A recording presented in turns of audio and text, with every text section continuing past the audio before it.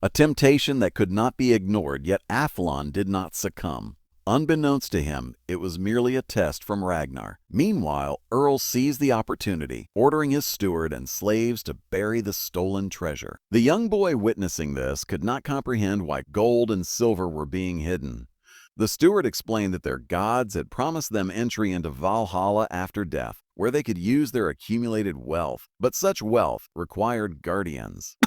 The boy had already seen too much of this world. Without hesitation, the steward ended his life, making him the guardian of the treasure. Time passed. Athlon's hair grew long, bringing with it a deep sense of remorse. To protect his faith, he took a great risk, stealing a small knife to shave his head. Blood dripped, yet he remained steadfast. However, in reality, Ragnar's family did not treat him as a mere slave. He was given a room and a place among them. Over time, Athlon's fear of Ragnar began to diminish. During a night of drinking, he spoke truthfully of his homeland. In England, there were 4 kingdoms, and his own Northumbria was ruled by a powerful king. Ragnar questioned how such a mighty kingdom could be raided so easily. Athlon explained, almost helplessly, that they had never imagined anyone would dare to defy God and plunder monasteries. Intrigued, Ragnar expressed a desire to learn his language, and Athlon agreed. The next day, Ragnar returned to Earl's house with the monk, revealing that Athlon had spoken of a nearby town filled with monasteries and endless treasures. At that moment, Athlon realized Ragnar had deceived him. His homeland would be raided again. Ragnar sought the return of his ship, promising Earl all the riches in exchange. Earl, suspicious, insisted that his trusted man Kano accompany them. It was not only a matter of ensuring the treasure was not secretly hoarded, but also a chance to learn Ragnar's navigation techniques, perhaps even a scheme to eliminate him later. On the way back, Athlon was devastated, knowing he had unknowingly become an accomplice to the plundering of his own people. Ragnar, sensing this, took out a dagger and cut off the monk's collar, setting him free. Yet in Viking territory, there was no true escape. With no other choice, Athlon continued to follow Ragnar. Upon their return, Ragnar's wife wished to accompany him on the next raid, but concern arose: who would care for the children? Ragnar's solution was clear: Athlon. Bjorn hesitated but eventually accepted. His mother Lagertha sternly warned Athlon, if harm befell the children, there would be dire consequences. The second expedition began. During preparations, Kano's eyes lingered lustfully on Lagertha. His intentions did not go unnoticed, and a warning was issued: any improper thoughts would mean death. With experience from their first raid, the Vikings landed smoothly on the western continent.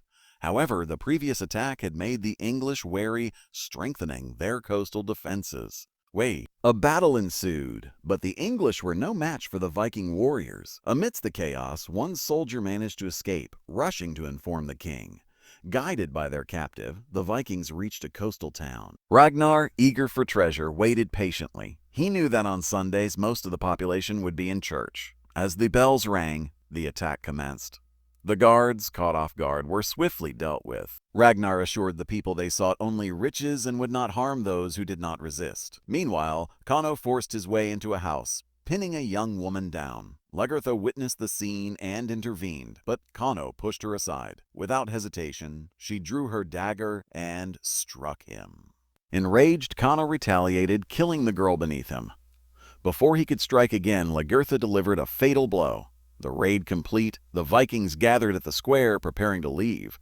Ragnar noticed Kano was missing. Upon learning what had transpired, concern filled his mind. Kano had been Earl's trusted ally. Worse still, upon reaching the shore, Earl's forces were already waiting. The Vikings formed their infamous shield wall. The English forces, unprepared for such tactics, were slaughtered. Witnessing the carnage, the English commander fled, horrified by the ferocity of the Northmen. One captured Viking word echoed in his mind: Ragnar. Returning home, Ragnar was hailed as a hero. Earl, however, saw him as a threat. Noticing Kano's absence, he inquired about his fate. Ragnar openly admitted to killing him.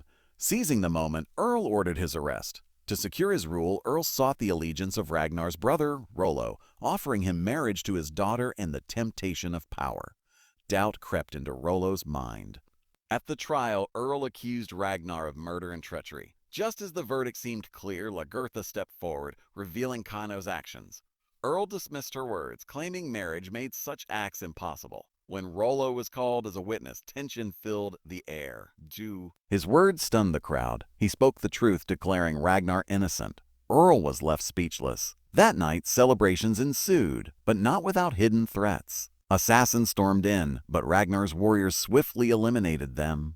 With no choice left, Earl commanded a full-scale massacre on Ragnar's village. Flames engulfed homes, innocent lives were taken, and all seemed lost. Ragnar, hunting in the mountains, rushed back upon hearing the screams. He fought desperately, taking wound after wound, but never yielding. All out. Finally, he ensured his family's escape. Bleeding and weakened, he knelt before Earl, feigning surrender. Then, with a swift move, he broke free, mounted a horse, and fled. Chased by soldiers, he found himself at the edge of a cliff. With no way out, he leapt into the waters below.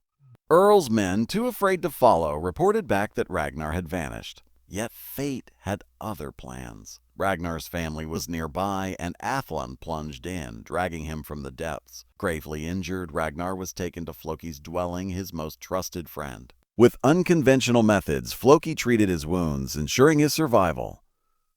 During recovery, Ragnar's allies visited, warning him that Earl's spies were everywhere. The time for rebellion had come. As night fell, Floki welcomed an unexpected visitor, his brother, caught off guard by Floki's beautiful companion. A tempting invitation was made, one that could not be ignored. The storm was coming. The battle for power had only just begun.